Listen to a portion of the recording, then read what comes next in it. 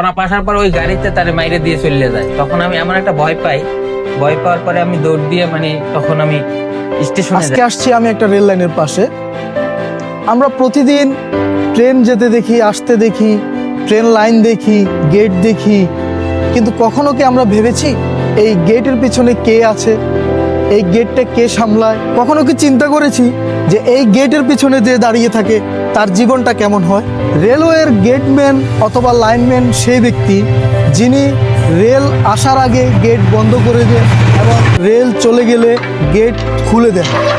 রেলওয়ের এই দায়িত্ব পালন করেন বাংলাদেশ রেলওয়ের অসংখ্য কর্মকর্তা কর্মচারীরা। তাদের কাজ শুধুমাত্র গেট বন্ধ করা নয়, বরঞ্চ দৈনন্দিন অসংখ্য মানুষের জীবনের নিরাপত্তা নিশ্চিত করা। একজন লাইনম্যানের দিন শুরু হয় খুব ভোরে, অনেক সময় 12 থেকে 24 ঘন্টা পর্যন্ত ডিউটি করতে হয়।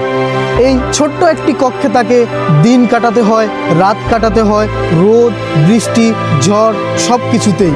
যেখানে নেই কোনো বিদ্যুৎ ব্যবস্থা অথবা কোনো রাত্রিকালীন কোনো আলোর ব্যবস্থা। ট্রেন আসার নির্দিষ্ট সময় থাকলেও অনেক সময় ট্রেন আসতে অনেক দেরি হয়ে যায়, কিন্তু তবুও তাকে সতর্ক থাকতে হয়। বর্ষাকালে বৃষ্টিতে ভিজে ডিউটি করা, শীতকালে প্রচণ্ড শীতের মধ্যে, আর গ্রীষ্মকালে অসহনীয় গরমের মধ্যে। গেট বন্ধ থাকলে মানুষ ঝগড়া করে, জোর করে গেট পার হতে চায়, কিন্তু এই লাইনম্যান জানে একটি ভুল মানে অনেক বড় একটা ক্ষতির সম্মুখীন হওয়া। পরিবারকে সময় দিতে পারে না নিয়মিত, উৎসবের দিনগুলোতেও থাকে অনেক সময় ডিউটি, কিন্তু তারা তবুও গর্বিত, কারণ তারা দৈনিক অসংখ্য মানুষের জীবনের নিরাপত্তা নিশ্চিত করে।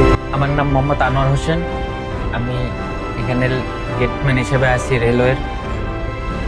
বিগত 9 বছর রানিং আমরা এই গেটম্যানের দায়িত্ব পালন করতেছি। এখানে কোনো ইলেকট্রিসিটি নাই, কারেন্ট নাই, কোনো সোলার নাই, কোনো কিছুই নাই। আমরা রাত্রে শুধু আমাদের মোবাইলের টর্চটা জ্বালাই, দুগ্গ ভাত খাইয়া তারপরে অন্ধকারেই থাকতে আমাদের 24 ঘন্টা। তারপর বাথরুম একটা আছে, কিন্তু একটা কোনো পানির কোনো ব্যবস্থা নাই।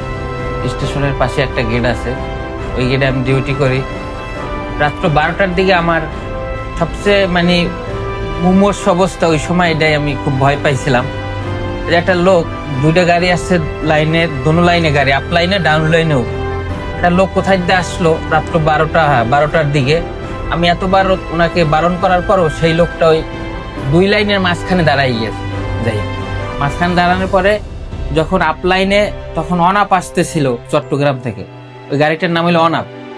তো অনাপ আসার পর ওই গাড়িতে তারে মাইরে দিয়ে চলে যায়। তখন আমি এমন একটা ভয় পাই, ভয় পাওয়ার পরে আমি দৌড় দিয়ে তখন আমি স্টেশনে যাই। আমরা যখন গেট বন্ধ দেখে বিরক্ত হই, ক্ষিপ্ত হই তাদের উপর, কিন্তু আমাদের মনে রাখা উচিত যে এই কয়েক মিনিটের অপেক্ষাই আমাদের জীবন বাঁচাতে পারে। ভিডিওটি ভালো লাগলে কমেন্ট করে জানান আর কোন বিষয়ে আপনি ভিডিও দেখতে চান।